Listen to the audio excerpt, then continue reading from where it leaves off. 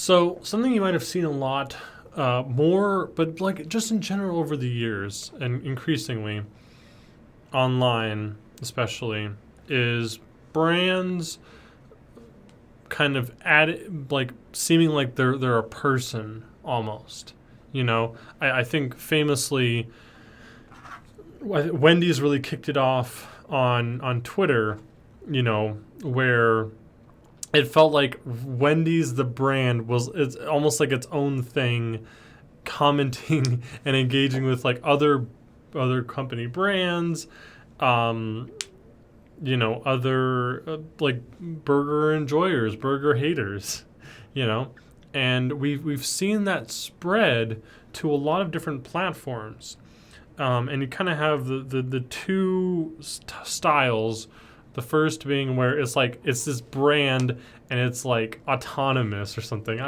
The one that I really enjoy is there's an airline company that's very popular on TikTok, and they'll have it like they'll put like the eyes and the mouth on like green screen it onto one of their planes and have it talk, right? As if like the company itself, like, yeah, one of the planes itself is the company rep.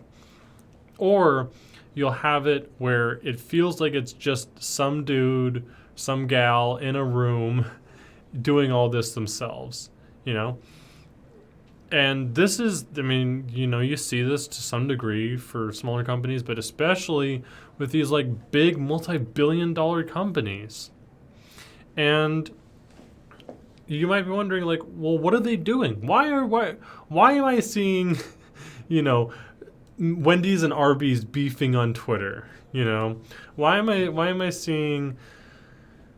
Another famous example is there was a creator who made these fun, poorly edited logos for different brands, and all like a bunch of the brands were like responded and ended up using it and like talking as the logo. But like, why do you see this? Well, that's what we're going to talk about today. What it is adding personality to your brand.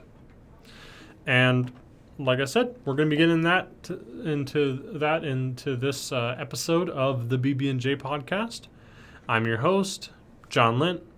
Let's get into it. So, when you think of marketing, right?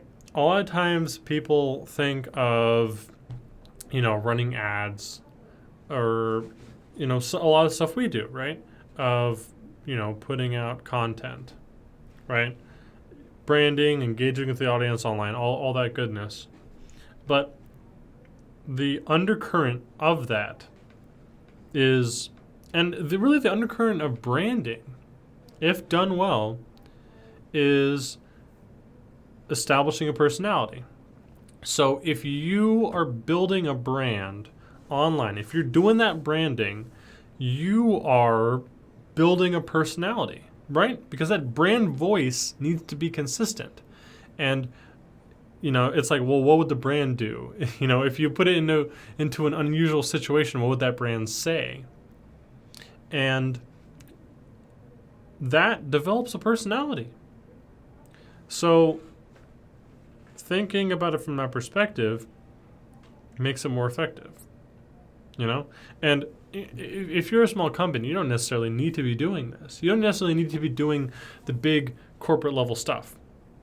But like, why do they do that?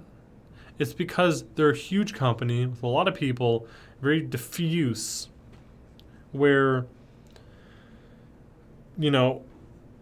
they need to seem like a person. They need to seem more approachable, because we've come a long way, but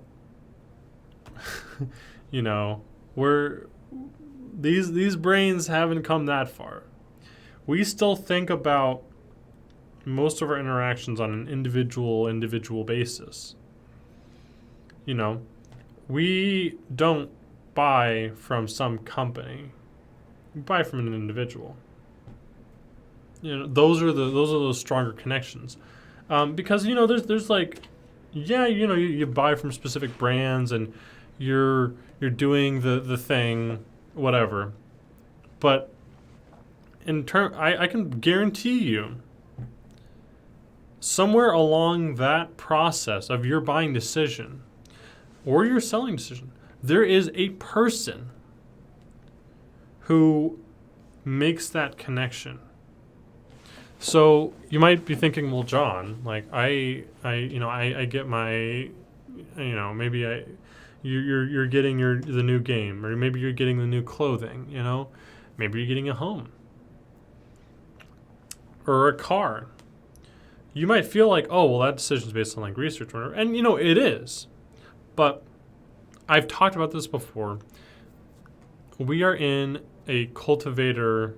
We're past information age. It's about the cultivation of information. So somewhere along that process, there was that key moment that set it off in your head. There was other stuff involved, like let's say a brand or a new outfit, new like a new clothing brand, for example.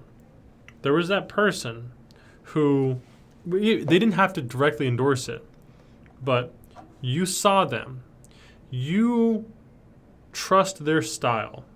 If they're wearing it, I mean, they look really cool, so I know if I wear it, I'll look cool. Not a necessarily conscious decision, but it's that authority, it's that credibility. In that case, it's that it's that brand. So if you have a friend who's super fashionable, then as long as they're consistent about it, then they have built a brand of being fashionable, where you can see what they're wearing and you can know that this is in. And it kind of, like part of that is a personality. So in that case, it's a very physical, like they look really cool, beyond just like, because I could go to, I'm assuming there's a Gucci store. I could go to the Gucci store, right? I could pick out some stuff. I could put it on, wearing all Gucci's, got my Gucci slides, got my Gucci headband, got my Gucci t-shirt, whatever. It probably won't look great. It probably won't be the most fashionable. And that's just because I don't have a good fashion sense with that specific brand. With that world, that's not what I have experience and what I put my work into. Right?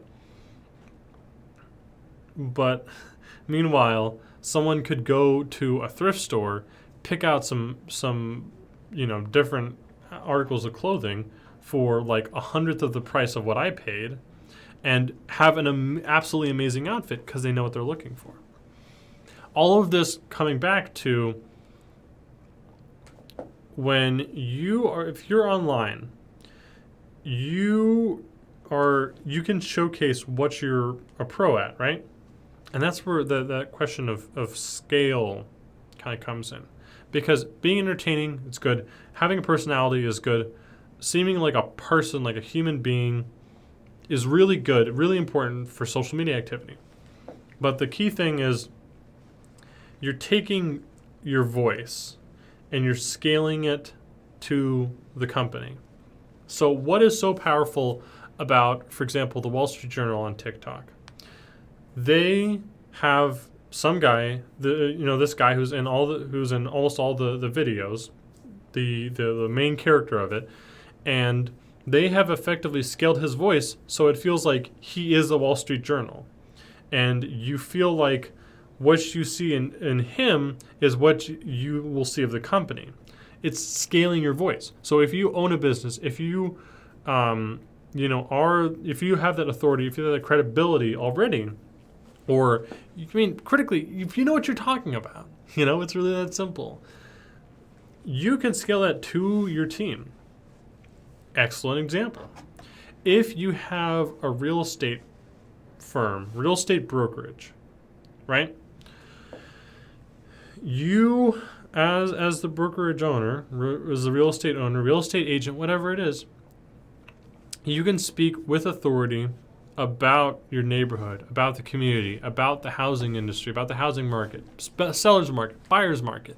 The stuff that your bread and butter, your day to day, you have a ton of information about it that you can be leveraging.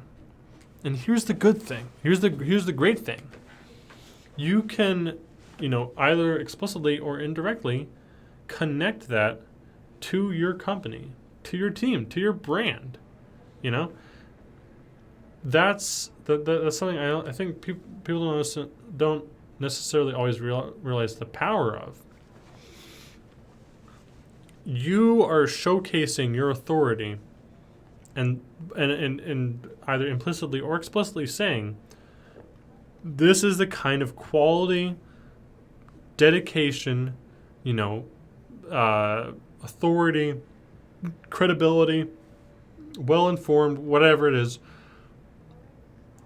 experience you'll be getting if you work with our team, if you work with our brokerage, if you work with our salon. I can guarantee you that this experience, this professionalism, this knowledge that I'm bringing to you right now, you'll be getting it if you work with us. If you come in, one of the reasons why, on a little bit more of a meta side, I do this podcast, right? And I want to showcase all of this information, all the stuff I'm talking about, if you come to work with us. If you're working with Bridget, if you're working with our videographer, our copywriter, if you're working with our team, you will be getting this experience. You'll be getting this knowledge. You'll be getting people who have this commitment. And the personality needs to be reflective of that. Kind of bringing it all back. What was I talking about before? Of why was I even talking about the whole, there's a person you want to sell, you see who inspires you to buy some Gucci. It's because people want to buy and sell from people, and people want to work with people, right? So, regardless of the size of your company, you want to be focusing on that showcasing that experience. It's that question of, or it's answering that thing of, what makes you you, and then take that idea, right? What makes you special? What makes you someone who they should be excited to work with, who they know and trust will do a good job, and adapt that to the brand, adapt that to the company, adapt that to the platform. Take those things that make your team unique, awesome, great to work with. Showcase that online. Build that personality, and you will get results. You will get more people wanting to work with you, people excited to work with you. You're going to get people, more referrals, all that stuff, better experiences, better reviews. It's all very doable. You just have to do it. It's really that simple. But that's about all I have for you for this week. If you have any questions about any of this, feel free to reach out. Let me know. I'd love to help. Our team would love to help. We all want to help people who want to, add that extra gumption, add that to take their business into overdrive. That's why we're talking what we're talking, and that's the kind of personality we're trying to showcase. But I really do appreciate you watching all the way through. Make sure to like and subscribe, punch that notification bell, all that goodness, and I'll see you next week.